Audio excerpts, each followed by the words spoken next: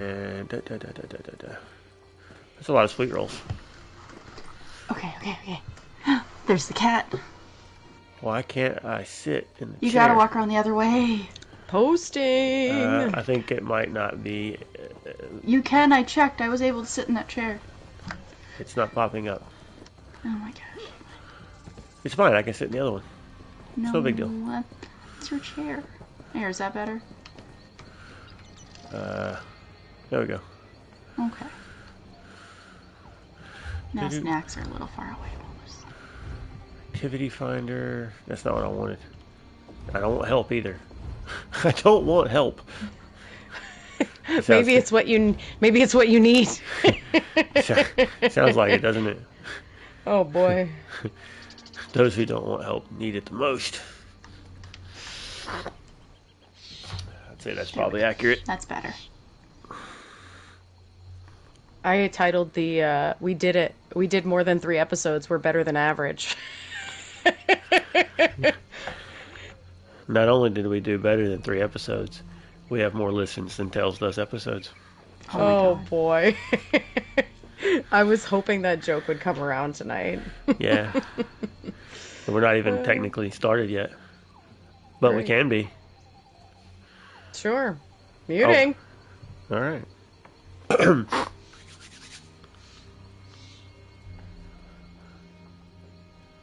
Hello and welcome to A Snugpod Cast. It's a very big episode, like 3 digits worth, like 100 episodes. I'm sorry. No one is going to listen to this after that. Can we try again, please? You just blew out my mic. It got fuzzy. All right, fine. I'll do it again. Yeah, no. We're going to do a redo. That was unacceptable.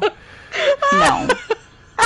I try to amp up the excitement and I get scolded. No. That's because you blew out your mic. It got all fuzzy. Yeah, no. We're going to redo that. I love that. That was amazing. I'm muting.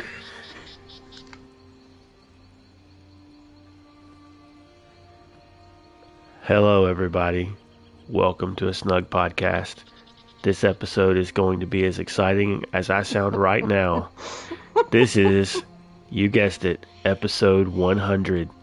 I am never separate, and with me, as usual, are these 2 ladies that give me a hard time about everything I do. Gone Crazy back soon, and Gwen the Bard. I can't stop laughing.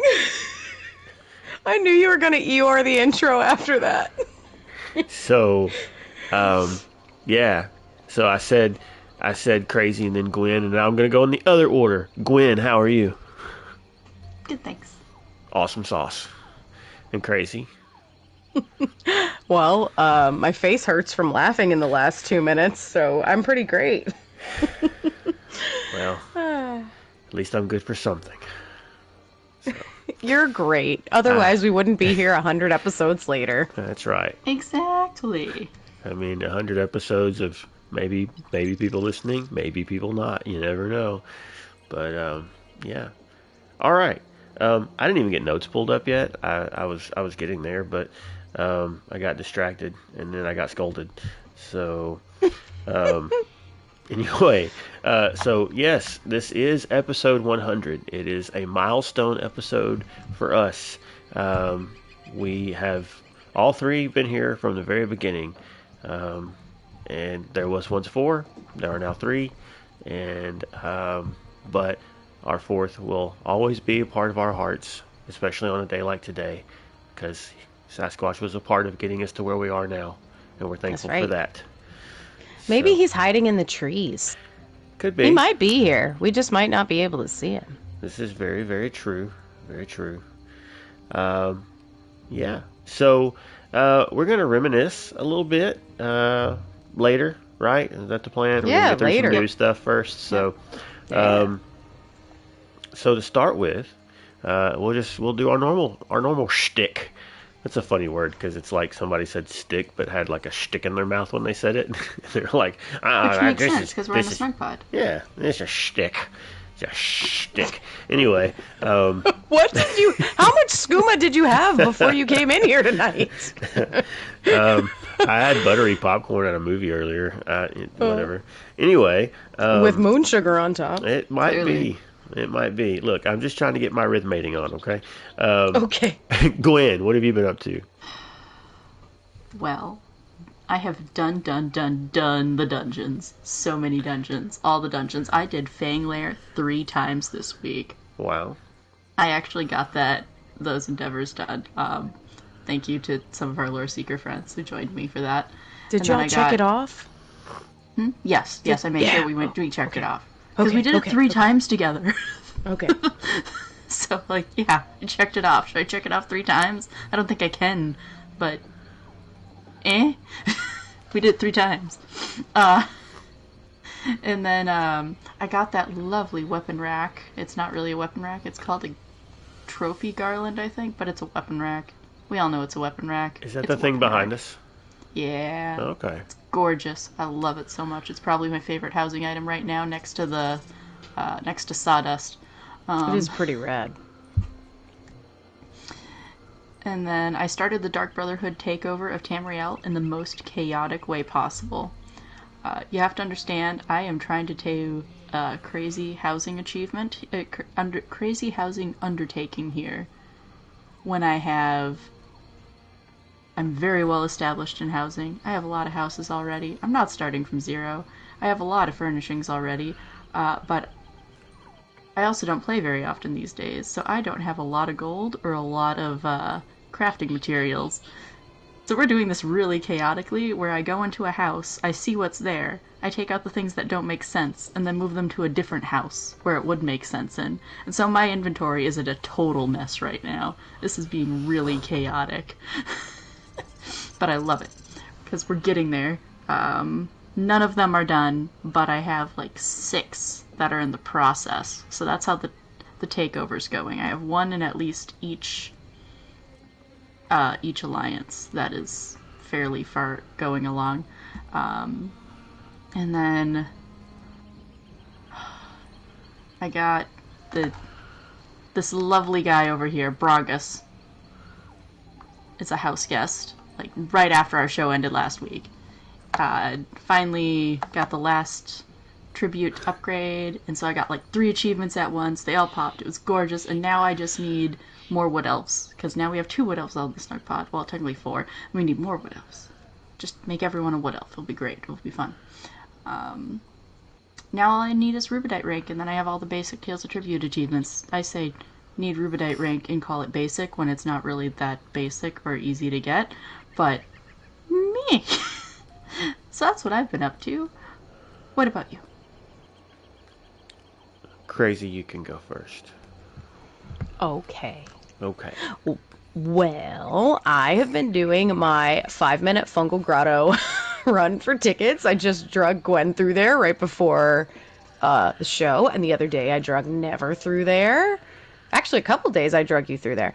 And then I've also been doing that on PC as well, because that's about all I've unfortunately had time for this week. But I don't want to scare it away. But, y'all, I had 2 days off this week. And next week, too. Oh, Bro. Don't tell anybody. Don't tell anybody. And I think I'm actually going to be returning to my normal work schedule. Okay, there's a lot of wood in the Snugpod. Knock on it quick. Oh, I'm knocking on everything. Yeah, I would knock on wood, but I keep getting scolded for tapping my fingers. Oh my gosh.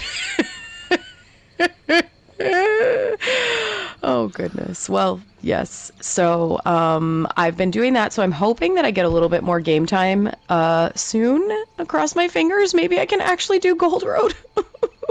Anyway, yeah, Undaunted Challenge is happening in Lore Seekers right now. We are trying to see if combined all together, how many of the dungeons we can do during the Undaunted event as a guild. So if you're listening to this and you're in the guild and you didn't know that that was happening, check the Undaunted Challenge channel, because we are slowly ticking off the dungeon list. You just have to have 3 Lore Seekers in each group. Anyway, my little side there done. The other thing I've been doing is using my tickets to finally get my Indrik that I thought I should have had during the last event. Oops. On both platforms. So that's been fun. I'm pretty close with that.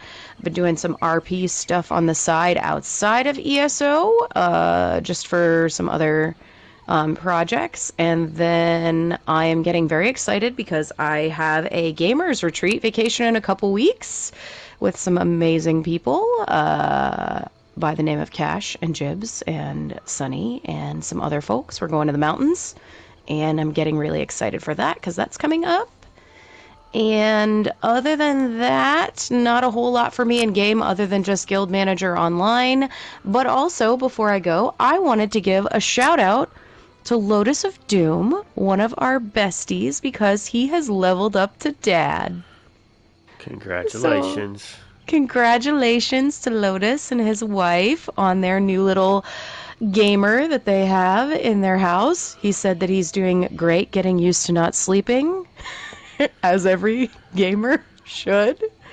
So yeah, congratulations, buddy. You are one of our very first guests on the show, so it feels appropriate that we give you a shout out on your level up on our 100th episode. Congratulations, Lotus. Woo-hoo. Whoop whoop. So exciting. Yep. So exciting. It only gets more fun from there. Yep. That's right. That's right. Because now you have your own little watchling. That's right. All right. What have you been up to, Never? Well, after mostly I've just been being drugged through Fungal Grotto 1. I haven't done a whole lot of other stuff the last several days. But then after I get done being drugged through Fungal Grotto 1, I drag people back through Fungal Grotto 1 the other way. It's like, hey, we could do the waterfall thing where you skip all the bosses and you just go right to the last boss. And that way we can get our tickets real quick. Then we kill the boss. And then I just go back and fight the other ones anyway. So Yeah, you do. But, you know, that's been about it. I haven't done... Trying to think. I guess last time we talked, I'd probably wrapped up the most recent little bit of housing stuff that I was doing. I did have we did have a guildie donate some stations. While I sent me those through the mail system, and so I've got to find a set to add to our collection so we can get another set in the house, but I haven't gotten around to doing that just yet. But that's been about it.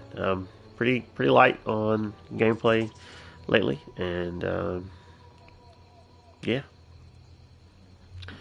Yep. So we have news. We do have news. We do have news. Not a lot, but it exists. It does exist. I might be dying. Please don't die. But while you... It's inevitable. Yeah, I mean, that's true. But the good news is we have a healer here who really enjoys the Dark Brotherhood. That doesn't make a lot of sense, does it? No, but I love it, and I think it's amazing. Do you like perform the Black Sacrament and take someone out and then heal them and bring them back? No, that would be necromancy. No. Listen. You're torturing someone. You gotta heal them to keep the torture going longer. That's sick, Not Gwen. everything just dies right away. Oh, yeah. Gwen, you're so dark. This is actually a real conversation I had with people the other day. That's why it was so quick to answer. Amazing. How do you think we've made it 100 episodes? We're just torturing other people, right? It's just that's all this 100 is. episodes later, and now my friends are finally understanding how dark I am. Just it's fine. We're just, as Rose says, we're drumming up business. We're just bringing potential business. Oh my goodness. All right. Well, let's jump in because we need to get through this new stuff so we can get to the fun stuff. Embrace. Okay, I got this. Here we go. Embrace Sifis with the new Dark Brotherhood crown crates. Talk about Tamriel in secretive and sinister styles with the items and collectibles found in the new Dark Brotherhood crown crates. Crimson limed shadows move just beyond sight, Blades glint in the darkness as the Dark Brotherhood's children move to strike. A dark sacrament has been enacted. Will you take up the implements of the Dark Brotherhood? Sithis whispers secrets to those willing to do what must be done. Taste the flavor of fear and enter the sanctuary. After all, we know. The Dark Brotherhood Crown Crates arrive in the Crown Store this Thursday, September 12th, at 10 a.m. When opening these crates, you have a chance to acquire the shadowy treasures of the Dark Brotherhood in the form of new and returning items and collectibles. These goods include unique mounts, pets, furnishings, and much more. You can just see some of them within the Dark Brotherhood Crown Crates below. And then it goes to show us a Minotaur polymorph, the Woebringer skin, which is going to be your stained glass thing that we see everywhere, but it's a skin you can wear. That's pretty cool. If you're especially lucky, you may find you have freed a Radiant Apex mount from the Dark Brotherhood stables. One can only hope the assassins don't mind it going missing. So it's good to know they have more things laying around besides Shadowmere, because that horse would be going everywhere.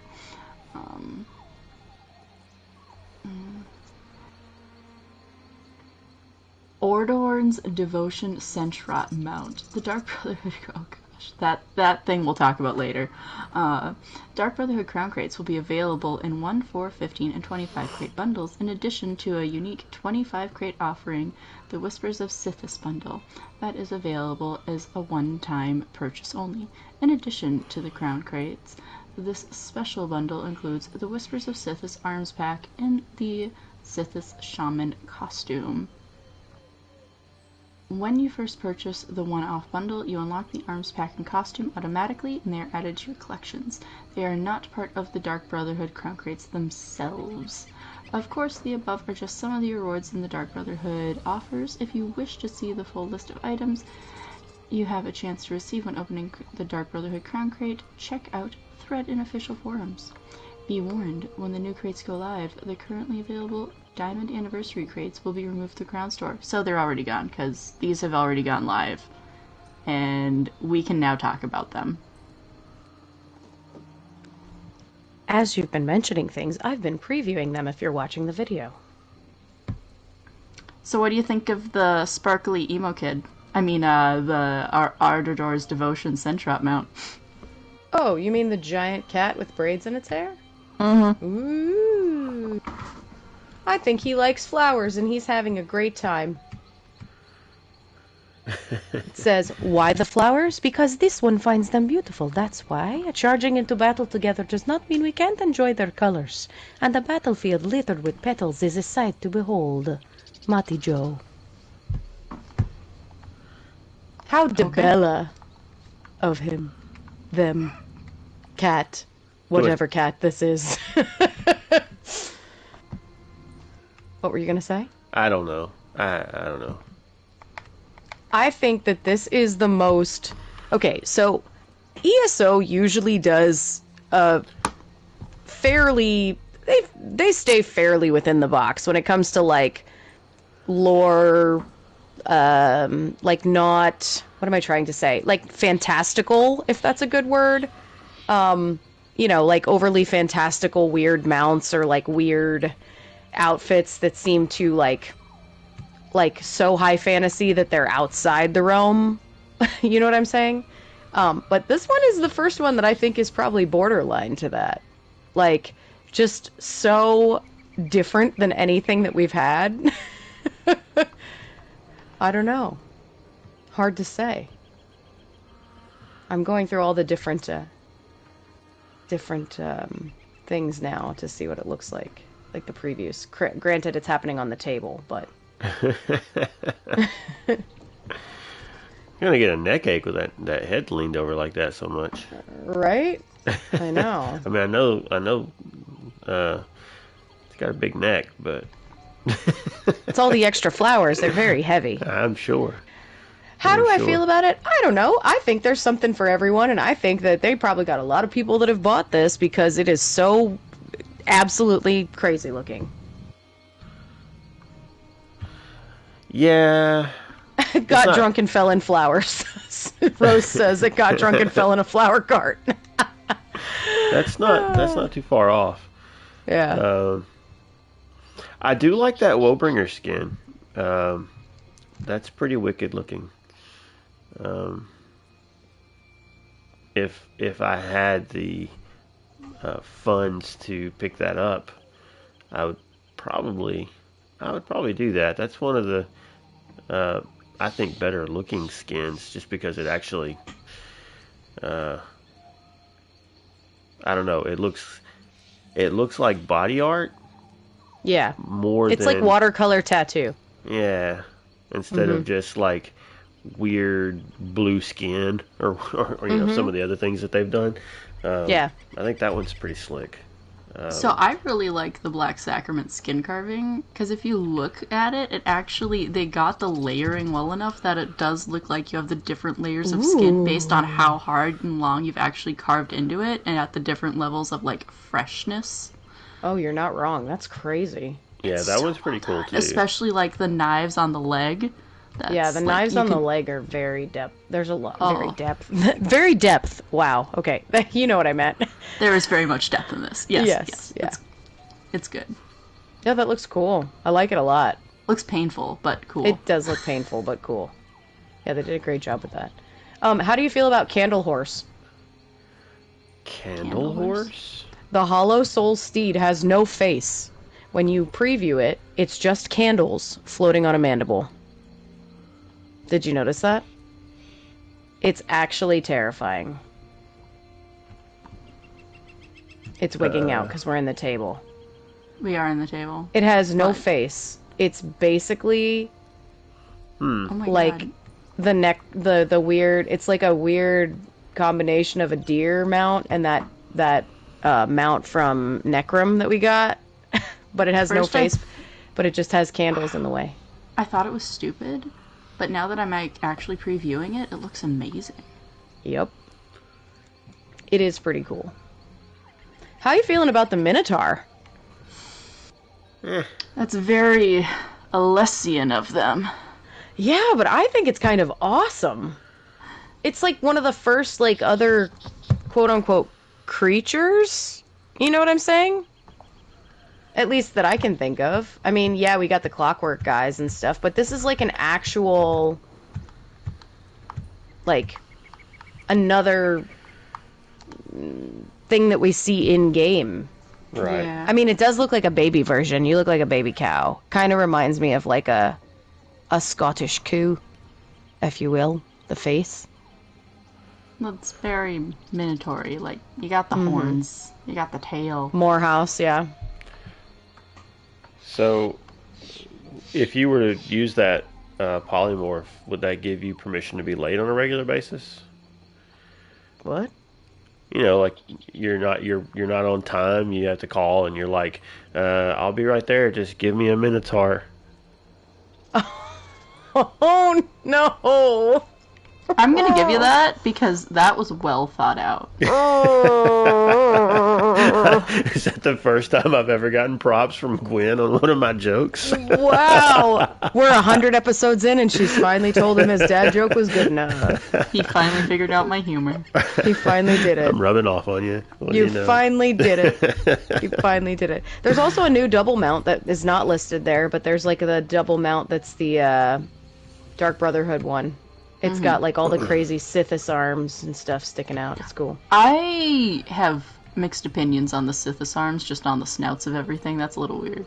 Yeah, yeah. How do you feel about, did you preview the armor that comes in the bundle? Oh, I love it, especially the one with like the bandage wrappings over the face. Yeah, it looks pretty cool. Looks pretty cool. I want all of the things, and I also want to make all the things. And hey, guess what? It's Halloween, but I need to finish Stuga. So now I have a list. Oh, no way. The Blood Moon Wolf actually, like, summons a moon. Hmm? Whoa. That's crazy. Oh, I had no did- idea. Did you see the teleport? There's an depart and then there's an arrive. You leave through a portal and you arrive through the floor of a different portal. Oh, the recall? Mhm. No, but I'm about to do that right now. Yeah, it's pretty cool. Ooh. Whoa. It's basically like a similar effect to what you get when you're going through the archive. That's what that reminds me of. When you're like paired with somebody and they go through the portal and it pulls you through the floor. Oh my gosh, you're not wrong. That's cool. I like that a lot. There's some cool stuff in here. Wow. I want all of it. Yeah, it is pretty cool. I'm not gonna lie. I I mean, might have to pick up some of these things. I want most of it. Ooh. I have only ever been mad one other time when I've gotten a Radiant Apex mount. This here I think scene this would be the outfit other is pretty time. great too. Yeah. Yeah, I like that. The Hircine Blood Hunter motif. That's pretty cool. Might be picking that up too. Alright, we could probably sit here and talk about these all day. But we got things to do. Yeah. Yep. Alright, next round of news. Update 44 preview. Battlegrounds, companions, more. Lots of things. I'm gonna dive right in. Learn about the upcoming Update 44 base game patch, including major changes to Battlegrounds, new companions, and more. The Update 44 base game patch arrives October 28th for PC Mac and November 13th for Xbox and PlayStation consoles. This new update introduces new features, changes, and quality of life improvements, and it's free for all existing ESO players, with the notable exception of the new companions, who you can purchase for free with ESO Plus membership or with crowns from the Crown Store. More on them below. Major Battlegrounds update. If you enjoy the fast-paced PvP combat of the Battlegrounds, Update 44 introduces big changes to the current format. In this update, Battlegrounds is shifting to two-sided matches instead of the traditional three-sided. At launch, there will be two main Battleground match types: 4v4, a competitive mode between two teams of 4, and 8v8, a standard mode featuring power-ups and two teams of 8. The traditional 4v4v4 game mode will no longer be available for queues. However, it may return in the future for limited times during special mini PvP events. This new two-sided format also includes 7 brand new maps to battle your fellow players within. All the traditional Battleground game modes will remain, including Team Deathmatch, Crazy King, Domination, Chaos Ball, 8v8 mode only, and Capture the Relic, also 8v8 mode only. In addition, the 8v8 matches will also house 4 unique power-ups that spawn during the game. Power-ups can provide temporary boosts to your damage absorption, speed, damage output, and ultimate. Everything you and your team need to dominate the match. How do we feel about this? I like it. I like playing Battlegrounds, so more ways to play Battlegrounds is cool. No matter what, I'm still going to treat Battlegrounds as like, if you're playing like a random pug game and you're just hopping in there to try to like kill people for funsies. But it's like Chaos Murderfest no matter what for the most part. But I think new ways for Chaos Murderfest. So, a couple things. One thing, I was partially right when we were talking about what we thought our predictions were going to be. I did think it was going to be a different number of people, but I didn't necessarily think that they were going to go like 8v8 and 4v4. So I am surprised about that part of it. I think they're doing that to kind of negate the whole like two teams teaming up on one team situation. Because we all know what happens. There's always that's always how it happens in Battlegrounds. That's why some people don't play. I do think that it is awesome that like we haven't had any maps updated since Morrowind, basically, and holy moly, we're getting 7 maps. That's wild. And there's some really good theming ones in there. There's some High Isle ones. There's some Wood Elf type ones, I think, if I remember correctly. So I'm really excited to see how this goes in the PTS. It'll be exciting. And you pulled out a Chaos Ball. We got a Chaos Ball pet for watching the stream. I lurked long enough. I'm sorry, guys. I had you on silent. That's okay. But like, I wanted the pet so that way we could have it here. And now I have something to add to my future Dwemer museum. I know, it's this looks pretty very great. Dwemer. I love it. It's awesome. It's very cool. All right. Go the ahead. 7 map. I was going to say the 7 maps. I think they probably kind of had to do that, Oh, for sure. balancing purposes, because Mm-hmm. those other maps were designed around having a third team. Yep. Um, so it would have been like weird starting points and stuff for just 2 teams to meet. Um, so um, I don't know that I have strong opinions either way, whether I like it or not. I haven't tried it yet, so I don't do a lot of battlegrounds, but I am curious how it'll affect the bounties, or not the dailies, Mm-hmm. because in the past you had to at least be one of the top 2 teams. So I guess you just have to be the winning team now, unless they change those completely. Because They may. one of the easiest things to do was like get the uh, in order to level to get experience is to go in and do a battleground, and if you can just finish in one of the top 2 teams, you got that huge bump for your random battleground. But if you finished in 3rd place, you didn't get anything, or you didn't get anything. You didn't get the big bump from it. But so see what they do with that. That's not from the dailies. That's from the group finder. Getting Yeah. that mixed We'll have up. to see. Yeah, We'll have to see. But I'm excited to see how it changes things. I can't wait. yeah, worth trying out. All right, let's move on. New companions. Update 44 also introduces 2 brand new companions to ESO, Tanloran and Zareth Var. Tanloran is a scrappy high elf who mixes soul magic with dragonite abilities, while the stoic Khajiit Zareth Var utilizes the power of necromancy. At launch, you can acquire both new allies for free with an active ESO Plus membership, or purchased with crowns from an in-game crown store. Once acquired, you can find and recruit them within the Stones of Oradon and Reaper's March. Like previous companions, each will have their own introductory quests that you will need to complete before you can summon them. In addition to being unique, new characters with their own stories, personalities, and quest lines, these 2 new companions each also provide a special passive perk when adventuring with them. Tanloran grants Tanloran's Finesse, which provides an increase to the time it takes to pick a lock, and an increased chance to force a lock, and a reduced chance to break a lockpick. Zareth Var grants Zareth's Guidance, which highlights valuable bags of loot found throughout Tamriel. While these perks are active when adventuring with each companion in question, they can be permanently unlocked by completing each ally's unique achievement. Scribing powers up your whole party. Update 44 also introduces the game's first brand new grimoire since Update 42's launch in June, Banner Bearer. The scribes of the Mages Guild, under the leadership of Votary Nalia, have been studying Ulfsted's work in the Scholarium at Ivea. Banner Bearer is their newest creation, and the first grimoire of the Second Era. The Banner Bearer is from the support skill line and allows you to throw a banner on your back, leading the charge with an AoE buff to your group's abilities that match your chosen focus. No matter what shape your party takes, this new grimoire will ensure that you can give your allies the support they need. In addition to Banner Bearer, this patch also adds greater support for 9 grimoires by granting them access to 14 additional focus scripts, providing more damage options and utility. Check the patch notes when they arrive for info on which specific scripts are being added for which grimoires. Additional Update 44 changes and additions. In addition to the above, this base game patch introduces a host of fixes, changes, and quality of life improvements that all ESO players will appreciate. Update to the in-game tutorial.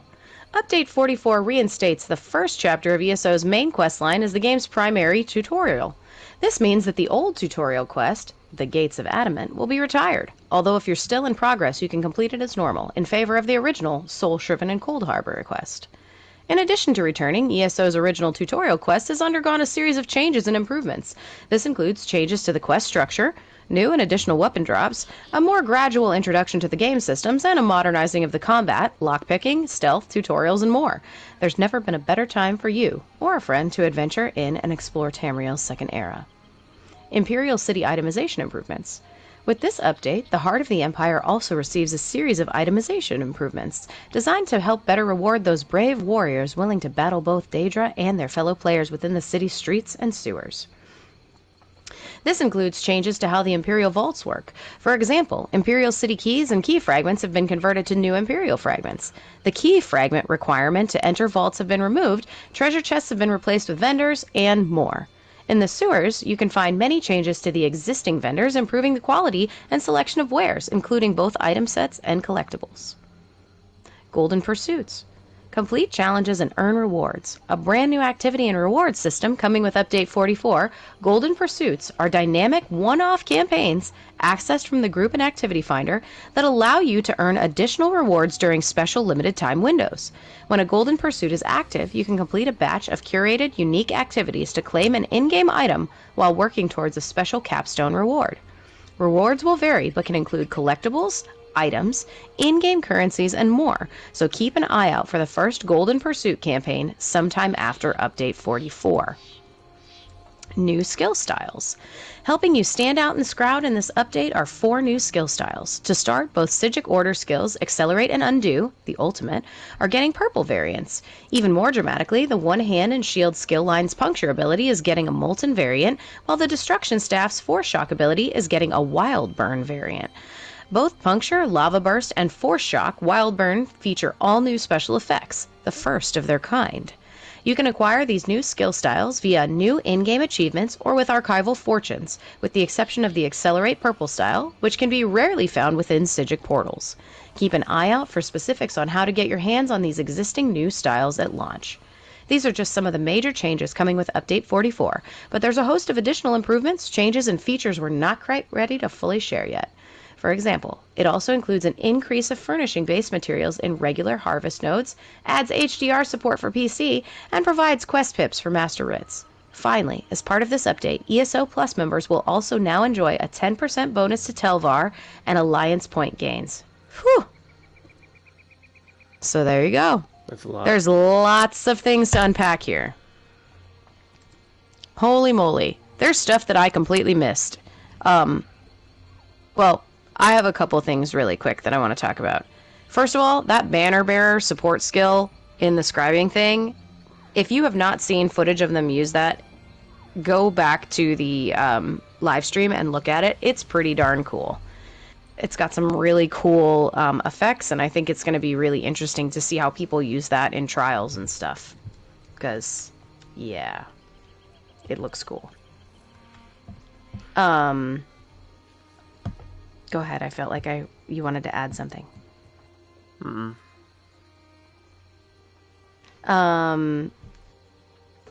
I have a theory about the in-game tutorial. What's your theory? Do you have any theories about the in-game tutorial? No, just shocked. I think this is completely without having done any of Gold Road. So I am completely blind on this. I think they need the Adamantine Tower for something. So they can't have it as the tutorial zone anymore. I think it's going to have something to do with the next chapter. That's my wall of crazy. And that's all. Or they just couldn't handle not changing the tutorial every year, so they put it off a couple of years, but then they couldn't help themselves. I mean, yes, but why couldn't they just add it to the Adamantine Tower then if they were doing it that way? Because they couldn't help themselves. They had to completely change things again. All right, well, maybe. That's silliness.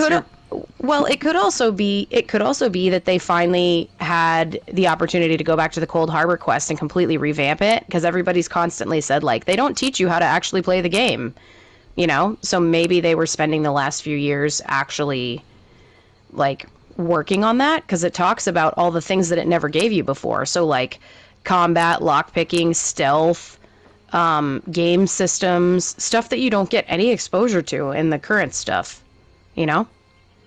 So maybe it is that. But also, I'm just going to be crazy and I'm going to think to myself that it has something to do with future content and that they also needed that. But yeah, I agree. Rose also says, I think the original main quest... What does it say? I think the original main quest is a better introduction and leads directly to the main storyline, whereas the new stuff can dump a player God knows where. Yeah, It's very true. Yeah. I agree. I think with the freedom of choice that we have currently in the Adamantine Tower, it does not lead you to the Soul Burst in quite the same way. Yeah, a lot of the feedback that I had been hearing and other things just from listening to people and new players is it's, where do I even really start? And this would put you where you really start, and then you can choose from there. Yeah, I agree. I think so as well. I think there's a couple things that factor into it, but my wall of crazy idea is that they need that for something else. They need it for something else, but also, I don't know. So the new companions. Yes. What do you think about them? Well, what do you think about them being Crown Store? I'm torn. I'm torn. On one hand, I think that I mean, I didn't get to watch this whole live stream, so I don't know all of the hubbub about them. I think that having them for free with ESO Plus is an incentive for them to get people to purchase ESO Plus. I would agree with that, specifically because they're also saying how they are adding more bonuses to ESO Plus as well. Yes. I think that on one hand, I think it's kind of meh, because I do think it's a little odd that we've gotten companions with all of the other chapters, and then for this one, they're releasing them kind of as their own deal. Now, part of me wonders, is that because their quests are a little more hefty, stuff like that? Like maybe there's more to them than the previous companions, so they felt that they stood alone enough to be content on their own, quote unquote. Or maybe they just were like, we need something for quarter 4, so let's do it this way. I don't know. The other thing, too, is I think with scribing being considered kind of part of base game, that was a pretty big chunk of something that they offered for the chapter release. So having that and companions to me would be pretty chunky. You know what I'm saying? So, yeah, I don't know. On one hand, I'm totally fine with it because I have an ESO Plus membership. I will have an ESO Plus membership as long as I can, barring different things happening with life and whatnot. But for me, it won't make that big of a difference. But I can see how it would feel yucky. So, all right, what about you, Kat? I don't have all the companions as it is, and may or may not have even bothered to go get these companions either. But I think the issue that I have with it is just communication. It's kind of reminds me of when they first started doing the chapter thing, and they were like, well, they didn't tell us up front that chapter releases would be rolled into ESO Plus the following year, right? So people bought it, and that maybe wouldn't have bought it otherwise, just because it wasn't communicated. And with this, it kind of, because we've gotten companions the past few times around, I just being value minded, I think, okay, my money gets me the chapter and companions. That's what it's done the past few years. And they announced the chapter, and they say that there's going to be companions. They're just coming later. No communication that it was going to be something you'd have to pay separately for. Well, I do wonder if that's because that decision was made late. Maybe so. So maybe that wasn't the right time to do it then. Maybe you say the next year's chapters, or the next year for the chapter will not include companions. It just feels poorly communicated. And they announced companions were coming later, and I think everybody had in mind everybody was going to get those companions that had the chapter. I mean, why wouldn't you? They didn't say anything differently. And so to have them come out now and say, oh yeah, here's the companions, and but now they're Crown Store purchases. I don't have a problem with them being Crown Store purchases necessarily. Just in general, wish it was communicated better. Or even, we got 2 companions with the chapter, but they also brought out a 3rd companion. Then that one was included. Because anytime that anytime they include a thing with your regular purchase, yearly, and then they take it out when it feels like less value. Because your $40 previously got you the zone, whatever new feature was added, and companions. And this year it gets you the zone, whatever new feature was added, not companions. So here's where I think it's weird, and here's where I think we're riding this weird line. And sorry, Gwen, if I cut you off, if you wanted to jump in here. I think that we are riding this weird line of like, ESO has had a cash shop for a while.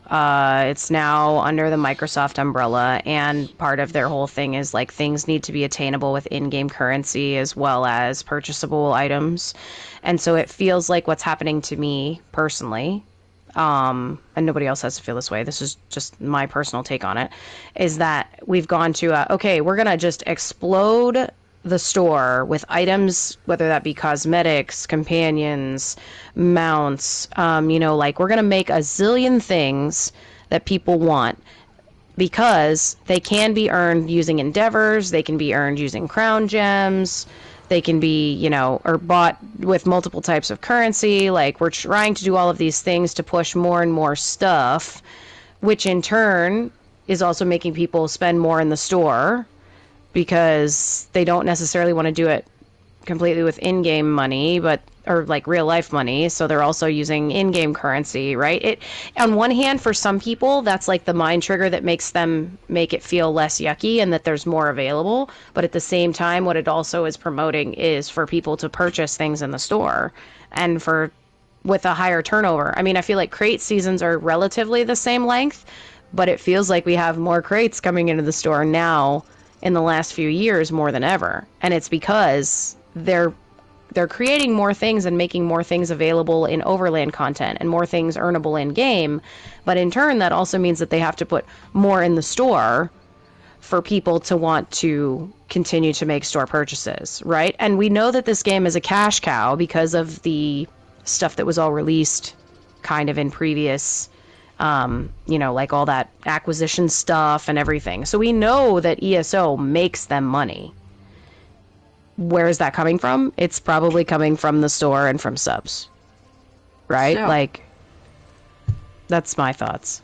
I got a part to add to this that you guys haven't covered. Bring it. Let's do it. So, specifically on the companion portion of this, them being Crown Store, having companions is a Crown Store addition that you can choose and pick what companion you want from the Crown Store is great. Bear with me here. So you have your ESO Plus trials, and you have chapters that get roped into ESO Plus. Well, when chapters get roped into ESO Plus, you don't necessarily have access to the companions. You still have to buy the chapter. So, yeah. So you can go through and you can be playing these things, and then you can be in a spot like, oh, I'm going to get Miri. Where's Miri? Well, Miri's not there. But by starting to put them into the Crown Store, that allows you the choice of choosing which companion you want instead of having to go and buy a whole new chapter. This is true. And that also incentivizes people who are doing a free play event to actually purchase a companion to see what it plays like. And then my question is, which I guess we'll just have to wait and see. Like Never said, we'll just have to wait and see. Because these ones, it was really, really worded there interestingly.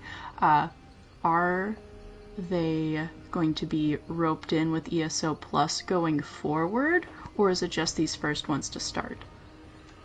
It wouldn't surprise me if these were a test. And like if it was like, we're going to see. And do we get to keep them? Yes. Anything you get when you have ESO Plus, you keep. As long as you have Plus, or even if you cancel? No. If you get it when you get Plus, you always keep it. Like, with your craft bag. You have the craft bag, and once you don't have ESO Plus anymore, you can still take stuff out. You just can't put stuff in. But you lose access to the DLC zones and stuff. Yeah, but will we lose access to the companions? Will they become locked once you cancel your ESO Plus subscription? Think so. Because they're free. I don't think so, considering both of them have base game areas for where their stories are. This is true. But it also wouldn't surprise me if they went the route of it locks out. Like it just locks your progress with them, kind of like how you can have a companion on one, how you have to get it with every character. You know what I'm saying? Like, are they going to do these ones? Oh, actually, that brings up a good point. I wonder if that's why. Are these companions going to be account bound instead of character bound? Because if they're ESO plus, then feasibly could they be account bound, which means like once you purchase them from the store, you have access to them on all that of would make your questing really weird. If like if what you do on your one rapport, your rapport would be weird, wouldn't it? Yeah, because you kind of. Well, no, because it still says you have to go and do their in-game starter quest, which means your character would still have to go and do that in-game starter This is quest. true. This is true. So this is true. It's no different than any other companion. Okay. Yeah, Rose just agreed with you. She said you still have to do their associated quest in order to use them, and I would imagine you'd have to do it on each character. Yeah, that does make sense. But wow, wouldn't that have been wild? Jeez. Yeah. I don't love it. I don't love it being. I don't love these being part of it just because I don't think it was communicated well. Going forward, if they announced that this would be the last time, because we didn't get companions before, so I don't mean to sound entitled, but I mean, if they were to say this will be the final year for included companions because we've covered all the classes or whatever, including one that's like a hybrid class now. It's not even it's one of the things that Ten Lauren is, what does it say, sorcerer and soul magic or dragon or something, whatever, combination of two things versus being like a night blade or whatever. But so they've covered pretty well, all of or close to all of the class archetypes. So anyway, but that's my thoughts. I think it could have been communicated better and handled a little differently with these two, and then going forward they could have made that change, and it probably wouldn't be too big a deal. But all right, last thing in this article that I want to touch on. What do you guys think of the Golden Pursuits? How does that sound to you? What are you expecting out of that little blurb? I'm excited about it. I completely missed that before and had not seen that. So when I was reading this article, that was actually a complete surprise to me. I think it sounds basically kind of like the same thing that they do when they do the quick in-game events where they do like like a explorer's celebration or whatever. It seems like they're basically doing that. And it's just going to be like a one-off each time. Like, oh, we're doing this. And then if the community does X, Y, and Z, you can get these curated drops. Which I think is kind of cool. I think where it says unique activities, that's interesting. Kill 50 mud crabs. Kill 500 mud crabs. Yeah, I think it's going to be stuff like that. I'm excited. Yeah. I guess we'll have to see what kind of things that they have us doing.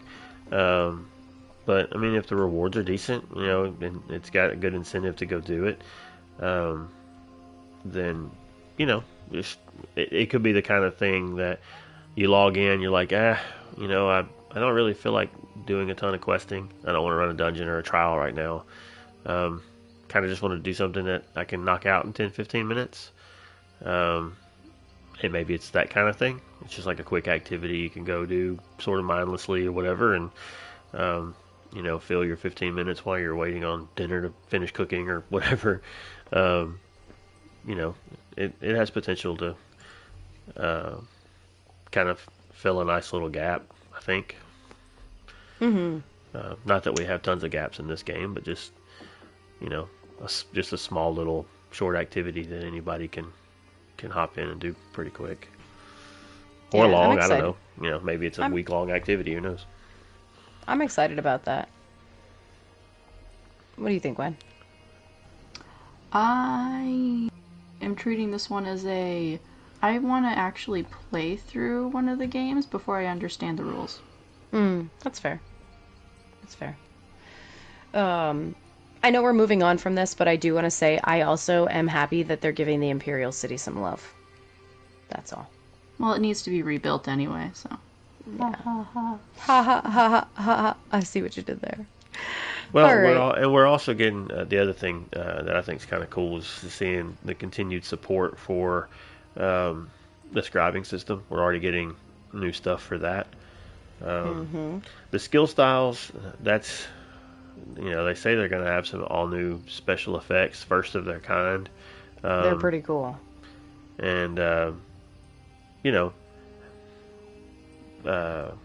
which we're seeing new skills through the scribing system.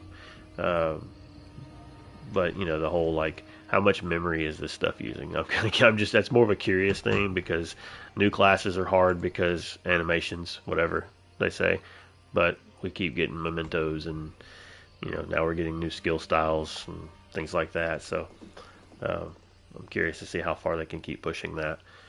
I don't play on PC. I don't care. But I am looking forward to playing around with some skill styles if I ever actually come across them. I've gotten a few, but they're kind of hard to see. The puncture, I did see that one. It does look pretty cool. Anyway, yeah, we can keep going. Well, basically, the only news that we have left is checking out what you missed during the Update 44 preview live stream, which is essentially everything we just went over. However, there is a link to the actual video from the dev and community teams when they got together to do the preview of the Update 44 stuff. And they also talked about the Fallen Leaves of Westfield event. So if you couldn't watch it, you can actually go back and watch the whole live stream below. And another shout out that I forgot we have to make. Do you know who was on with Gina? Mrs. Fox. It was Mrs. Ninetail. Yeah, one of our buddies, one of our friends. Yes. One of the Ninetail foxes. That was a nice surprise, and I'm like, oh, I wish I could have the volume on. I actually like this person. Yeah, one of our besties from the Fox Den was on, and it was just awesome to see her on there. She did a fantastic job. So, if you don't follow the Fox Den, Mr. and Mrs. the Ninetails, please go over and follow them. They are husband-wife stream team members, and they stream together, and they have a multi-platform guild just like we are in Lore Seekers, and they're all around amazing, awesome, wonderful people. So please, give her some support, give them some support, watch the live stream, go over, check out their community, because it's pretty awesome. So that's pretty much it for the news, unless there's anything else to add. Yeah. That's it. We don't. I think it's time for us to talk about this 100th episode stuff. Well, okay. What do you think? I mean, have we made it there yet? I Don't mean, we have any lore? Didn't you want to cover lore? we can cover lore. I can do lore if you want. It's Undaunted week, so I pulled a reading from the Undaunted. Undaunted? All right. Undaunted? We are Undaunted. So, I went ahead and I thought it was fun. I pulled the book called Undaunted, A Life of Glory by Turok Redclaws, because this is the autobiography of the Undaunted's founder. So here we go. There are those who choose to fight for honor and justice, some who bloody their swords for coin, and then there are others who crave danger, like this one. When brothers and sisters still mewed and cowered under their mother's skirts, Turok conquered the tallest shelf in the kitchen only to bounce on her head when came to bake the sugar biscuits. Since those early days of tiny fiery courage, my exploits have become much more ambitious. As a founding member of the Undaunted, this one's noteworthy accomplishments should be recorded, and how better to scribe them than with his own claws. This one was never destined for the sugar fields, despite Mama's pleas. The thrill of risk and peril called, and brothers and sisters found joy in devising ever greater dares, a practice that got your hero Redclaws in trouble more than a few times. The life of digging and planting and chopping could not match the rush of poking a sleeping Sensteiger with a stick and running, or any of the other wild challenges that gave such a surge of excitement. In the end, it was too much for my dearest mother to handle. It was not good for her poor heart, the constant worry over broken bones and similar minor consequences of budding heroism. She signed poor Turek away to apprenticeship in the Fighters Guild as soon as they would allow. Happily, this turned out to be a reasonable arrangement for some time. With them, this one trained with many weapons and learned the basics of the adventuring life. Alas, it was not for long before boredom began yanking at the tail. The Fighters Guild had so many tedious rules and regulations and took so much caution with jobs that they sucked the fun right out of any contract. No, no, Turek, you cannot take on a cave of frost trolls by yourself, armed only with a butter knife. It is unwise. Turek, you mustn't run so much in the dungeon. There could be traps. Make sure to bring enough healing potions. Bah! Milksop blubbering. Armed with training and an insatiable hunger for greater danger, this one struck out on his own path, wandering Tamriel from dune to Windhelm and chasing beasts from farmers' legends and local rumor. No cave or ruin was too frightful, from nests of necromancers to the lairs of mighty beasts. These very claws ended Gursh Grush, the deadliest ogre known in the provinces, and dealt the final blow to Spinesnap, the giant snake that plagued the fields of Glenumbra and devoured goat and horse alike. The list goes on and on. Perhaps this one shall write another volume just for these tales. It was through these journeys that this one met a few others with the taste for taking on the greatest challenge without flinching or hesitation. Of these like-minded comrades, only mighty Modra and Kalstik the Axe could truly keep up. They knew of many dangerous locales, and we dared each other to challenge most deem utterly insane. Take the Naked Dungeon Run, for example. Tales of our deeds began to spread, and others sought us out. The undaunted were born. So Okay. there you go. There you go. So That's how the Undaunted were born. so they totally took what players do and made it lore. That's exactly correct. Yeah, the Naked Dungeon Run. That's how that works, yes. Yep. Yeah. It's good times. have I to thought that was say, a fun book. the thing that stood out to me about halfway through there was the climbing up to the top of the shelf and pouncing on his mom's head. Yes. I'm just picturing humanoid cat, or bipedal cat, whatever you want to, climbing up shelves and pouncing. It's just funny. I see four-legged, or cats on all fours doing that kind of thing, but a cat that stands on 2 feet, that's funny. Anyway, that's good. Anyway, where didn't the Dwemer go? Well, I've only been in Fungal Grotto, and I've been back and forth in Fungal Grotto many times, and I've been there before. And in any of my runs through there, I haven't come across a Dwemer yet. Nope. No Dwemer there. Did no you Dwemer see in any while Fungal we were Grotto. there? Nope. And Gwen, y'all went. Did you see any? Oh, I didn't see any tonight, no. Okay. All right. Well, everybody, if you are looking for Dwemer, you can skip over Fungal Grotto. They're not there. Have you run? Yeah. Never mind. What? No, don't worry about it. It's a question for next week. Okay. I was gonna say something, but then I had to check my lore brain, and I was like, no, I think I'm in the wrong dungeon. Okay. All Carry right. on. Carry All on. right, carrying on. Talking about No More Murder Hobos. 100th episode edition. This is No More Murder Hobos just for us. For us. Our lore. How did we get here? And don't just say walked in the curtain. Alright, so I got some questions for us this evening. Why did you choose to podcast? Points at Cat. Because I liked listening to podcasts. I would credit Jibs and Cash probably with a decent bit of that. I mean, I was listening to other podcasts before I came across those guys, and I found them right as they started the Lore Seekers podcast, and just through listening, listening to them, sitting, because most of the other podcasts I listened to were more like the Game Informer podcast, things like that were more kind of broad news and less game specific. And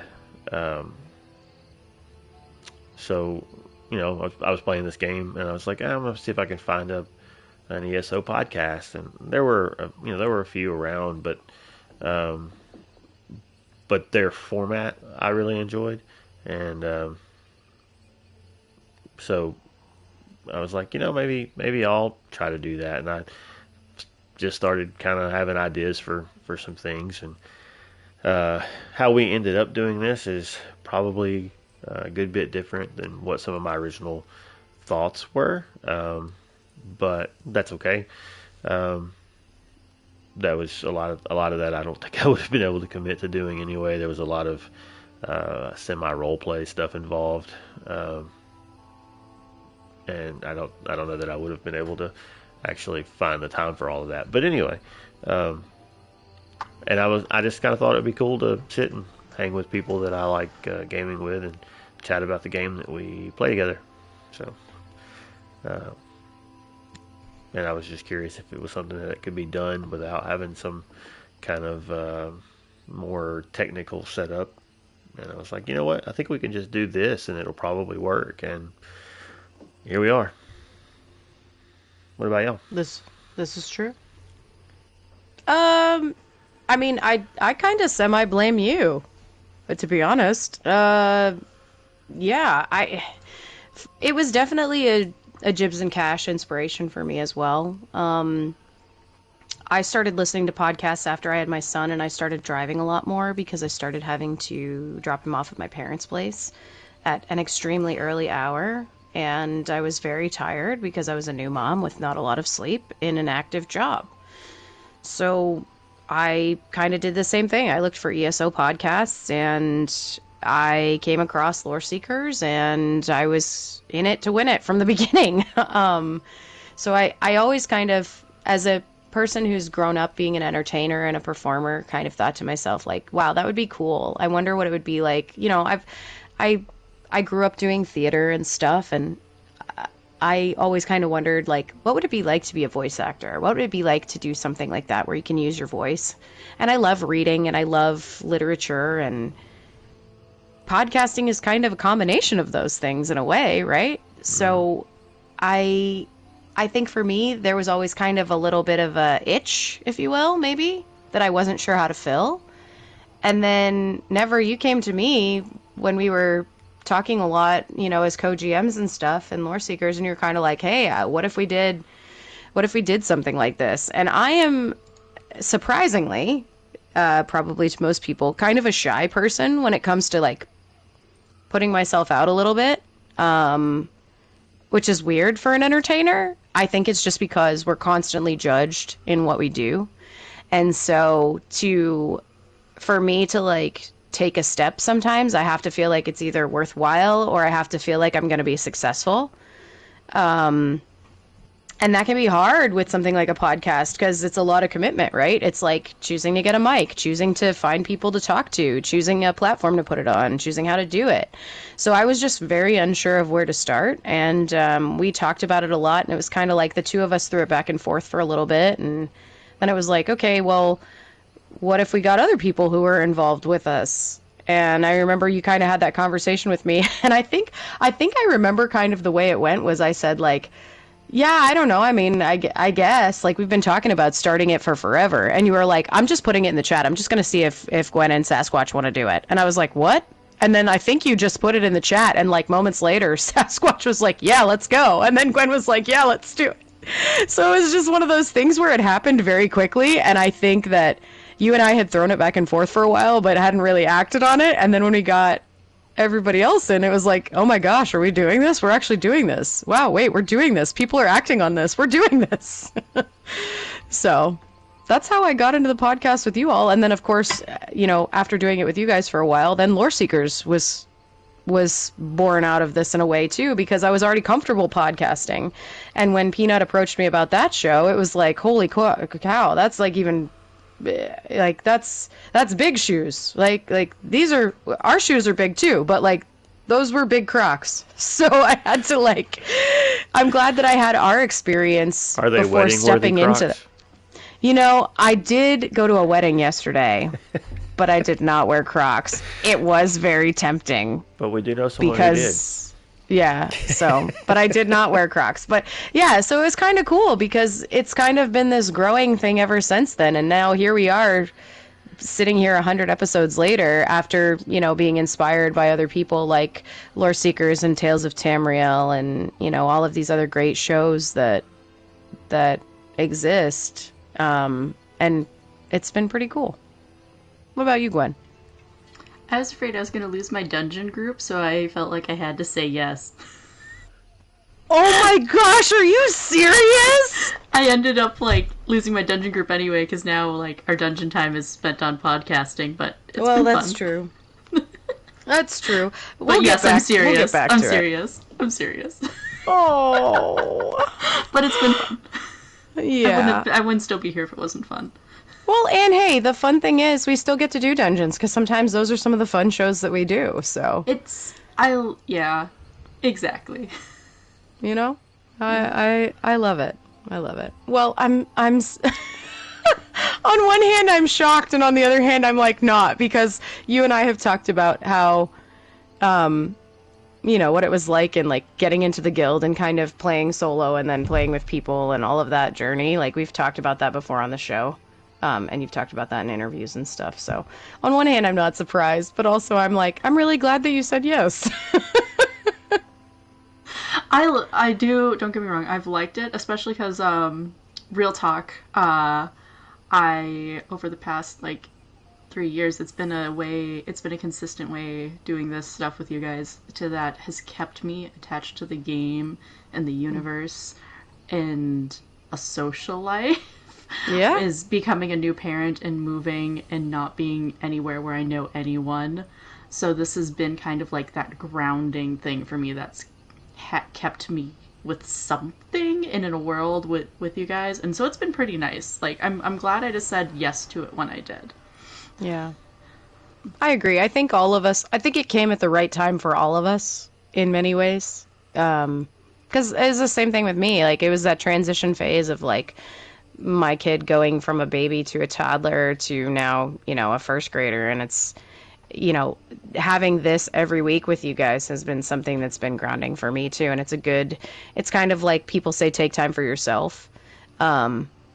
And I laugh because when I tell people at work that I'm up at like odd hours of the night and I don't sleep sometimes, and they're like, why do you do that to yourself? And I'm like, you don't understand. That's like part of my social time with my friends. Like, that's something that I set aside, and I'm willing to be a little sleepy every once in a while for my friends. And now I've met both of you and you're like family to me, and that's important to me, you know? I'm nodding vigorously to all of the things you are saying.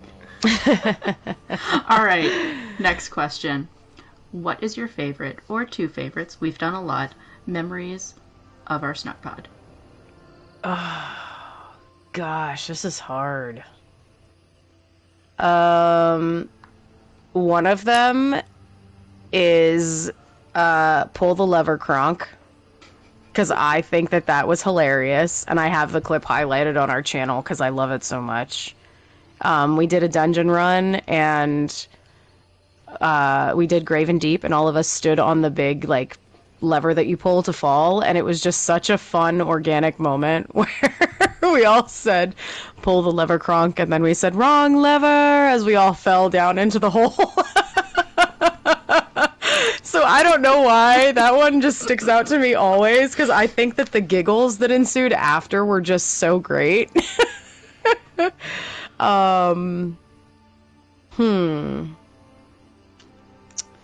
You know what? Honestly, I think another favorite memory, and this is going to sound really silly because it's not necessarily like a show moment or anything, but I really loved when we were doing all of our concept work at the beginning with the four of us. And it was kind of like, okay, never had this great name.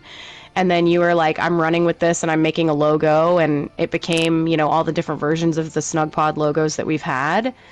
I've loved, you know, having those, and I think they're unique, and I think it's fun because we have such a great memorable name. So like some of those early like brainstorming sessions were kind of some of my favorite time, which I know sounds very cheesy, but it was just that excitement of like, okay, we're going to do this and here's how we're all contributing, and like these are different ways that each of us has ideas for things, and like, okay, yeah, that logo looks good, what if we added this? Or I just love the creative stuff and then kind of like seeing it come to fruition. So for me, those are two of my like favorite memories. I also think that some of my favorite things were I've not met Sasquatch. I hope that someday that happens. I hope that all of us get to meet him, but just meeting you both in person was kind of a surreal moment for me too. And then doing the stuff in Vegas and having people kind of like recognize lore seekers in our name and like our Snugpod stuff and giving out stickers and like all of that stuff, that was just a very surreal, cool moment for me. So those are some of probably my favorite memories since we've been doing this over the few years. All right, Kat, your turn.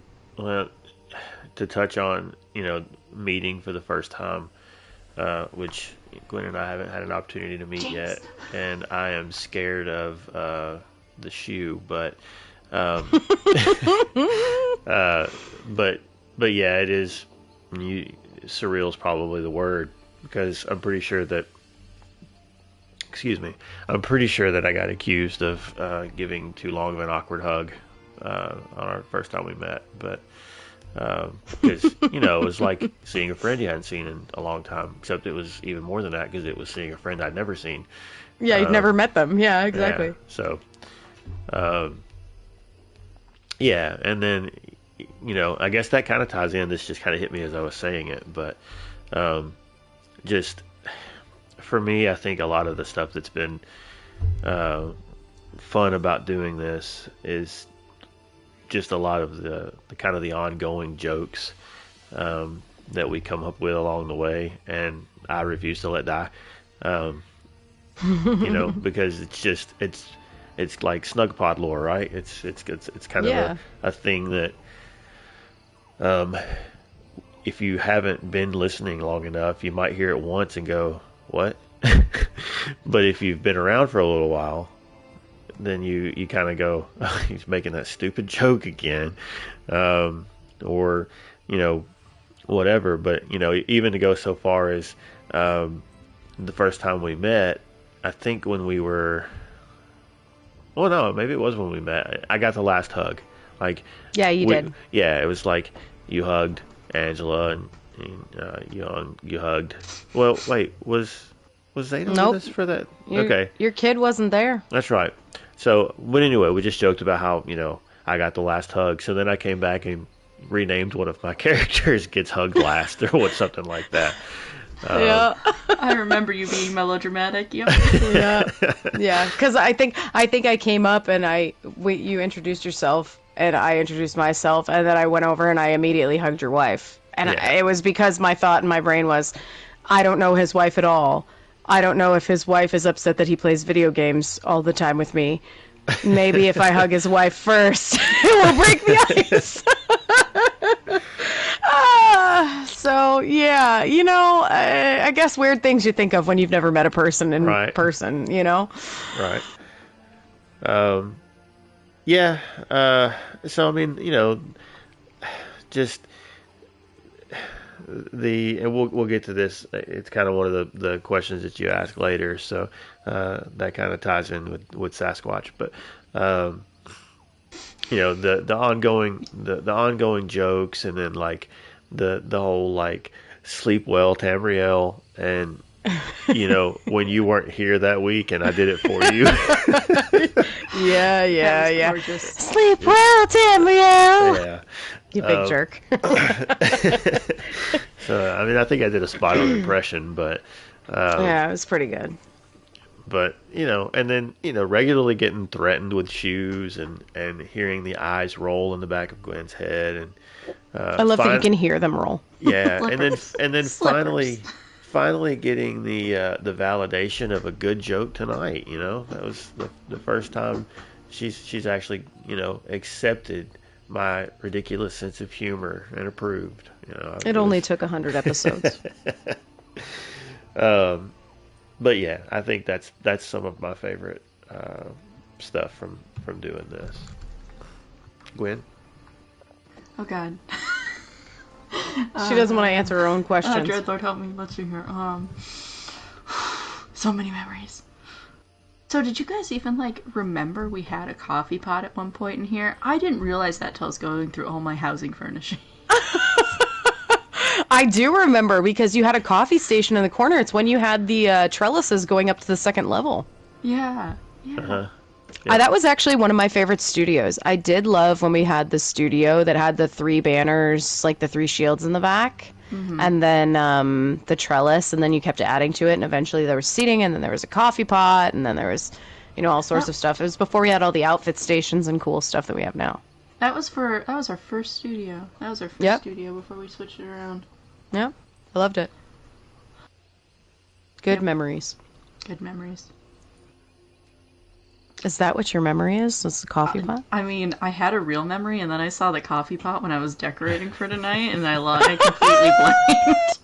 Oh my gosh! Incredible. I love it. I love it. Oh, so goodness. That's going to be the memory. Incredible. Incredible. Incredible. All right. Next question. When did you feel like a content creator and not just a fan? Or do you still not feel like a content creator? We put in too much work. You guys have to feel like content creators at this point. And if not, why? Anyway. So I think that I feel like what's the word I'm looking for? I think maybe I feel like the most mediocre content creator ever. Just in the way that we do everything. I feel like the majority of people that do this at any kind of a consistent level probably spend a good bit more time editing and and maybe I'm wrong, maybe that's just in my head, but as someone who does another show with a lot of heavy editing, no, you're right. Yeah, so it's like, we hop on the PlayStation and get into party chat, and we just upload, and then I just take the audio from that, and I cut off the ends where they need to be cut off, and fade it, and done. Like it's a pretty simple process. That's one of the things that we kind of wanted to show, is that people can do something like this, and it not require a huge let me say it there is some investment. Obviously you do have to have some means of you have to have something that records and goes on the internet, right?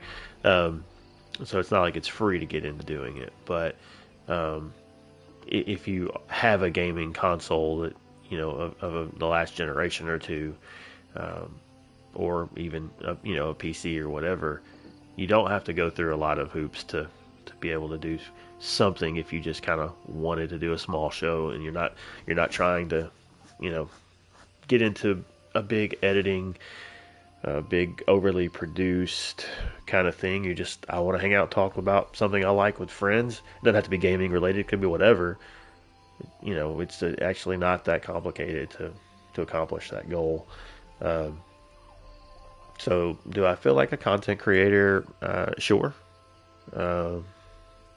But I'm definitely well aware that I've got it pretty easy compared to what a lot of people put in a lot more work doing this than what I've done. So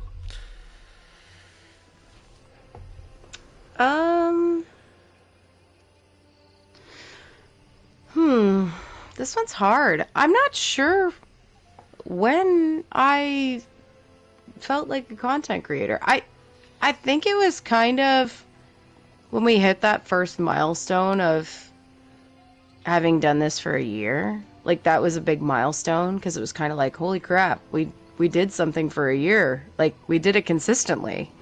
And I think that it was also getting recognition from people. I think that's one of the ways that you, as a content creator, as just a person who's doing some sort of creative outlet, you know, when you get people that say, like, this is awesome, or somebody retweets something, or, you know, they say, hey, I've heard your name, or stuff like that. I mean, that's when you feel like, oh, people are paying attention to stuff I'm doing. I'm not just, like, shouting into the void. I mean, maybe I'm only shouting to 30 people, or maybe I'm shouting to 2,000 people. I don't know. You know, you don't always necessarily know the impact that you're making. But it's nice to have a little bit of that. I don't know. In many ways, I feel like just a fan still, you know? I mean, that's one of the reasons that we do this, is we love this game, and we love to share our time in Tamriel with other people. And to me, I think some of the best content creators are fans. I think that there are tons of content creators who aren't fans, that just do it because it's popular, or they, you know, like the IP, but maybe they don't care that much about it. But I think that for me, one of the reasons that I do it is I am a fan. I love it. I love the lore in this game. I love the quests in this game, and I love sharing it with people. You know, and I think that us being console driven is also a big thing for us. So it makes us different. Yeah, I don't know. I mean, do I feel like a content creator? I guess so. I don't know. I guess so. Maybe. You kind of maybe I just feel like a big nerd who likes to talk and hopes other people listen. You kind of made me remember something when you were talking about when other people bring when you realize you've been recognized by other people. Yeah. I think one of the most, like, it seems like a small thing, but it was just kind of cool when it was an episode of Tales, I believe, where our name got thrown out, and everybody was like, "That's so cool! That's like the greatest name ever." Oh yeah, yeah. And just hearing it, like, because those guys, that show's been around forever. Yeah. And to hear us referenced, and kind of giving some props, was kind of cool from people that have been in the game longer, so to speak. So that was kind of a cool moment. Yeah, I think being asked to be on other people's shows too Right. was also kind of one of those moments. Like being asked to be on the 10th Divine. Right. They've been on hiatus for a little bit, but like they had Gina on, and they had all of these other stream team members and stuff like that, and then they had the four of us on at one point, and it was just like, what? Like, to kind of feel like you're being welcomed into that sort of little elite circle was kind of a cool moment as well. So I think that's one of those other moments where it was like a bit surreal in some ways. So yeah, it's pretty cool. I like that. How about you, Gwen? I totally forgot about the time that Ollie and Nefis had me as a guest for the ESOU podcast, and I feel really bad now. No, you should, amazing. That was fun. That was ridiculously fun. I was doing my intro, and I forgot to do, I'm a podcaster. I blank. I'm not good at interviews. I am really not good at interviews, as we learned with the last question. But with this question, I know, I was just doing silly podcasting with my friends and everything, and just kind of, having fun. And that's what it kind of has always been and always will be. I'm just a fan. This is fun.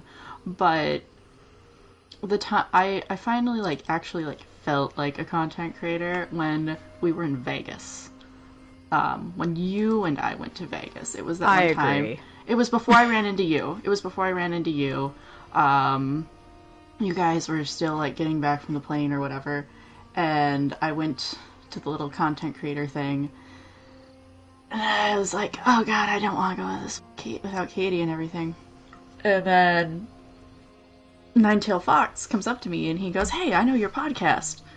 And I was just like, oh, this person I don't know is saying hi to me. And that's how I learned who Ninetail Fox was. And now we've had a lot of fun adventures. Yeah. And it's just like, I remember that. That sticks with me. Like, that moment sticks with me. They're good people. That was nice. I had a similar experience with them too in Boston when we went out for dinner, and Lotus at PAX, and Lotus had all these tables at the place, which that's a whole other story. But you know, I ended up sitting across from them, and Nine was just like, "Oh yeah, lore seekers, and you know, Snugpod and blah blah blah." And he's like, "So about Queen Irene, why is she the best leader for the Three Banners War?" And I was literally like, what? Because I had been awake for like 22 hours or something. And Nine is sitting here trying to drill me about lore. And I'm like, Nine, I've been awake for 20 plus hours. It is 11 p.m. at night. Like, I just can't. I'm barely functional. Don't ask me about this stuff. But I did feel a little bit that way as well then. Yeah, I would agree with you.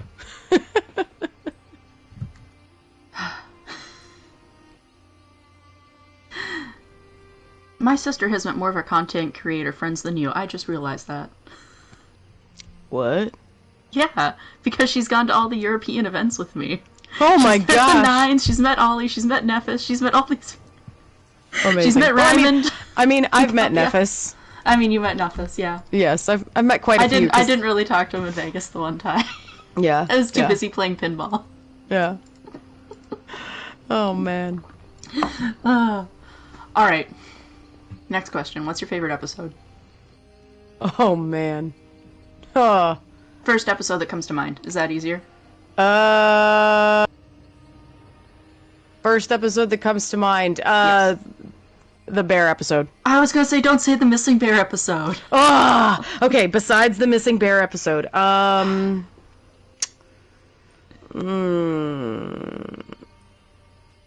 don't know. Never. Go. First one that comes to mind is probably not for reasons that either of you like, but I thought it was funny, is the Yeah. Elvis Girls Online. Yep. I knew you were gonna say that one. it was I gonna knew you were gonna say that happen. one. Well, And you know what's sad is it actually has like one of the most views probably. It was a hunkin' pile of burning Snugpod. That's what it was. so I'm going to look it up real quick, but I think, if I'm not That probably mistaken, leads and listens, doesn't it? I think it is... Oh, Oh boy. is it not?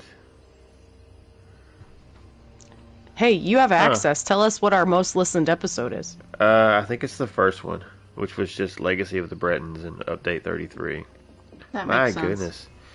God, So... Wow. Oh, wait, hold on.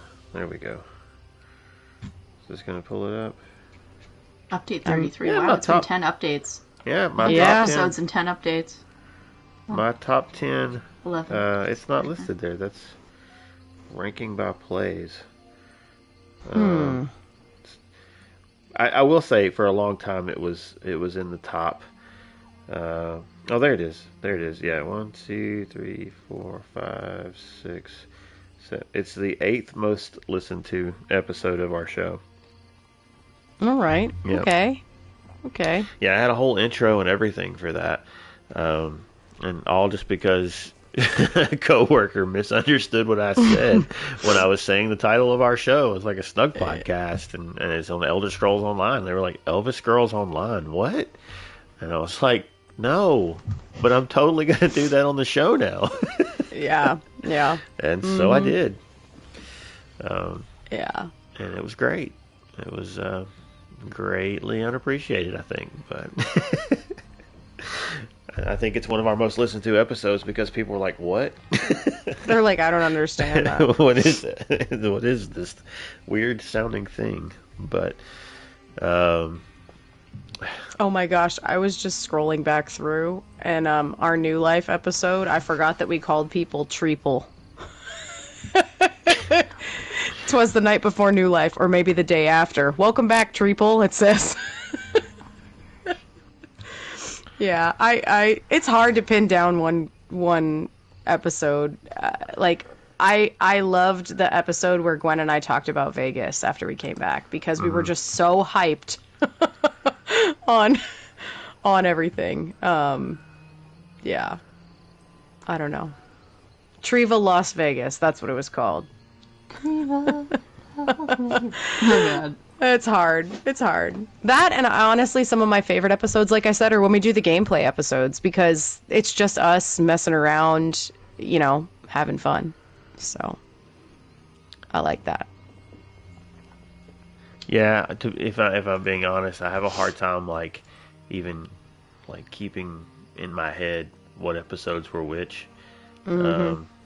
Just silly thing, I'm going back and looking through some of these titles, and it's like they're the most ridiculous titles, and I don't even know what what was going through my mind when I put these in here. What goes through your mind whenever you tell a joke? That's what's going through your mind when you're clearly making whatever episode. comes out of my mouth is what went through my mind. That's right. There's no filter. Zero filter. Yeah. Cat, what goes in cat ear comes out cat fingers. Yeah. Cookies on standby. That must have been after we met. It was the whole. Definitely that one. Yeah. The elder cues. Let's see. What are some other? We're not crazy, but our wall might be. Orsinium. Hardly knew him. We have a lot to tell Vonnie. Yeah, there's a lot of stuff in here. There's some good titles. So. Don't step in the Malakath. Yeah, that one's. Okay, I gotta know. Do Khajiit and Bosmer like turkey? Because that was also an episode name. Yeah. All right, Gwen, what's your favorite? My favorite episodes are the ones where I am filming with you guys at 4 a.m. Oh, boy. Yeah. When it's 4 a.m., I've been up for 24 plus hours fixing a cosplay because I forgot a part overseas. Or done all this crazy stuff, or traveled across the country after traveling to a different country and then traveling through that country. I will say, yeah, you're the person who's podcasted the most from not the Snugpod. Right? We had a whole series. We had a whole series where you were in overseas at other time zones. Yep. That's good My stuff. favorite episodes are the ones where I'm filming at 4 a.m. Amazing. Maybe my favorite episode is this one, because it's the one we're in right now. Aww. Aw, you're a sappy cat. Sappy cat. Does he know is Nern flat? Well, hey, never take the moment Nice. you're in for granted, because, we're not promised another one. And, I'm just thankful to have time to hang out with my buds. Indeed. And it is. It's not. I don't care what our EU lore seeker friends say for setting to compare this towards Discworld, but this is not Discworld, and Nern is indeed not flat. It is.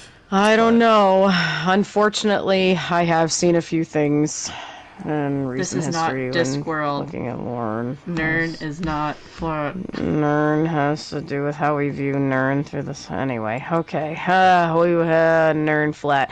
You let us know, listeners, for our 100th episode. Is Nern flat? Again? You can send that to us in an email, and when one of us is old enough, we'll check it. My favorite thing was that I loved that graphic that you drew. We should have re-released that.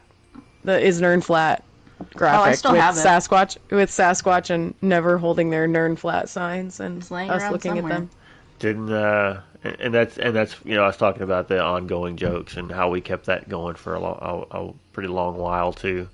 And Sasquatch even changed one of his characters, or created a character and named him Flat Ernest. Flat Ernest. Listen, that joke will keep rolling like the round ball that Tamriel is. Oh, Well, I think it might be like some of my jokes and just fall flat. Wow. I appreciate my character's timing on crossing her arms there. That was great. That's incredible. Uh, That's incredible. yeah. Yeah, it's definitely been fun. Um, I hope that by us doing this, it's offered uh, some laughs and encouragement. We uh, try to keep it pretty upbeat. Sometimes we may have some not nice opinions about certain things, but ultimately we're chatting about a video game, so um, we're pretty spoiled. It's true. To be able to do something like this as a hobby, knowing that there are people in the world that are just in much that their circumstances are not near as good as ours, and maybe some of those people get to hear this and if nothing else go, man, these guys are ridiculous, but it put a smile on my face today. So we've hopefully done that for 100 episodes, and we'll see where it goes from here. That's right. That's right. You know, we're not quite old enough to check email. That's another long-running joke. But Yeah. at 100, I figured it was time to check email because technically the show's 100. So you had like I looked, an aunt there do were, it or something. No, I just did it. And we did have some unanswered emails, but we've also been going for an hour and 45. So I'm not sure that we should answer this email this week or if we should save it to next week because it does have a bunch of questions in it. Let's see. It's got 1, 2, 3, 4, 5, 6 questions. Yeah, we'll save it for next week because we've reached our like almost 100 minutes at this point, right? Yeah. And I just wanted to acknowledge that there is a mailbag because we do have emails that we have missed, and that is accidentally our fault. At one point, I remembered seeing them, and then I forgot to add them into the show notes, and I am so sorry. So there are a couple things that we have here to answer in the next week or so. So I don't know. I'm like a decade too young to check emails. So it's all you guys. Yeah. So, but there is a mailbag segment, and we will look at it at some point soon. Wow, 100 episodes. Jeez. And we still have announcements. Books. Yep. All right. Well, let's announce things. Let's do it. We're a guild. Well, not just us, but we are part of a guild. Indeed.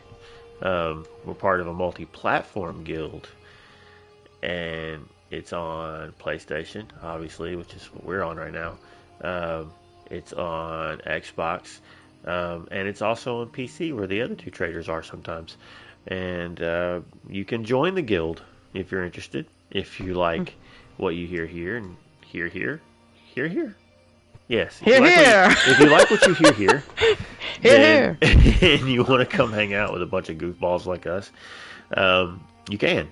All you have to do is head over to loreseekers.club, and you'll need Discord, and there's stuff there, and you go do that, and you fill out a little brief application. What is it? /apply to guild, or how does that work? Yeah, there's a channel that says apply to guild, and you just click on the thing in there, and then it sends you a DM, and then you fill it out, and you send it back, and we go, you're awesome, let you in. Yep. Just a quick little app. Do that. Come join. And for those that are in the guild on PlayStation, this is PlayStation specific. There are other events, and if you're part of the Discord, you'll know about those other events on the other platforms. But for us on PlayStation, we have a few things we do during the week. We have Mondays with Moki. Gwen, you frequent that event, correct? Yes, and if I have my way, maybe this Monday we'll like do fishing over in the in the Deadlands. Because did you know there is, if you do get the fishing achievement in the Deadlands, there's an achievement item you can get that looks like a bunch of tree roots with a pool in it. It's technically called sulfur pools, but you could totally fit in that in a Grahtwood setting. Whoa. Nice. You should fish in the dungeons. That would be cool. Yes. Very cool. So fishing and like Cyrodiil sometimes. Sometimes. Occasionally other things. It's like fishing for achievements. Yeah. Depending upon how many people show up, we like focus on someone's achievement and like do something crazy and fun together as a group. Yeah. That's every I Monday. love it. And it's 8 Eastern. I love trying to think in different time zones. It's my I brain don't doesn't- know. Like I go 8. almost every week and I forget every It's 8 single Eastern. time. Every time. Yeah. 8 Eastern. Grouping up about 30 minutes prior is usually how I think that is targeted. May not always happen that way. Kind of like the show starts at 11 to 11:45. Wow. Yeah, so come hang out with Moki and do some things on Mondays. And Tuesdays, we have Treacherous Tuesday, which is Dungeon Day. It's an opportunity to get together with your guildies and go run dungeons. You can run them in speed runs, slow runs, regular runs. Hopefully not get the... Never mind. You could swim through them, like some people apparently do in Fungal Grotto. Yeah. Hey! And, but anyway, go grab some guildies, hop into a dungeon, farm some gear, whatever it is you want to do. Tuesdays is the day that we kind of say, do that today, or else you can do something else, because there's not really an or else. Or do whatever you want. but just kind of to encourage people to try the dungeons out. Tuesday's the day that we do that. And then we have Fearless Friday with Arthuria Dragoon, which is what? Undaunted. Undaunted? Undaunted. Undaunted. We are undaunted. That's amazing. Yes. So There's an event going on right now. there is. Seriously, don't think we've ever said that the exact same way between all three of us any show. It's always somehow we managed to make it all different between the three of us. Yes. That's the shtick. That's the thing. Gorgeous. That's the thing. And now we're back to shtick. No, the stick was supposed to be we're out of tune and not synchronized. We've come full Snugpod. But yeah, so Delve dailies and the pledges, Undaunted stuff. About the same time as the Monday thing, around 8 o'clock, and group up about 30 minutes prior to. These things aren't level dependent outside of maybe like being able to do pledges or something like that. You have to be certain levels to get before you can unlock the Undaunted thing. But that's like level 45, I think. You can get there in like 10 minutes, so not too big a deal.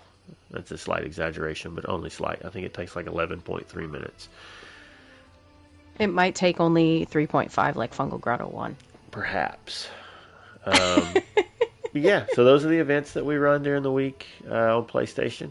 And, I don't think I've said this in a while, but if there's anybody out there that's interested in, like, hosting some other events, if you're listening and you're in the guild and you want to run some different stuff, let us know. We're happy to help facilitate getting those things going and, helping promote it and stuff for you. So,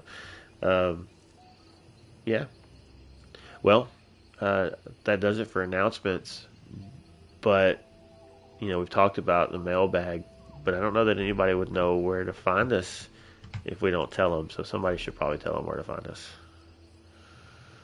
Sure. You can find us on X at Snugpodcast. You can also send us an email if you'd like to, snugpodcast@gmail.com, where one day we'll check it and put it on a show years from now, maybe episode 200, because by then we might be old enough to check the email.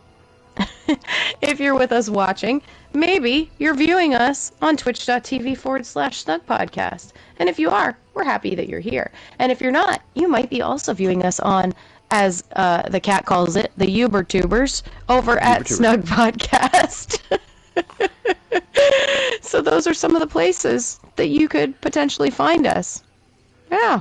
You also can hear us, right? I hope so. Otherwise, we've been talking for a while for nothing. For a whole 100 episodes and nobody can hear us. I should have listened closer to the files I was They'd editing. have to bear with that then. Oh, didn't. Incredible. Oh, This has been a great show. Indeed. Oh, man. You know what? That makes me think of the one episode that we did, too, where two Bosmer and a Khajiit walk into a bar. Ow. Yeah, exactly. That was the point. You ran into it and we went under it. Oh, anyway. Yeah, where can they hear us? Pretty much On their anywhere. podcatcher of choice. Yeah. Yes. Yep. Spotify, Apple, YouTube, Amazon, probably all of them. I don't really know how those things work. Some kind of weird voodoo, because we're supposed to like register, I guess, for analytic purposes, so we can see our audience. But some of the places that it shows that people are listening, I never went in and like submitted to be on those platforms. And they pull us anyway, so I'm assuming that regardless of what you're listening to, it's just an RSS feed, so I think anything can find it.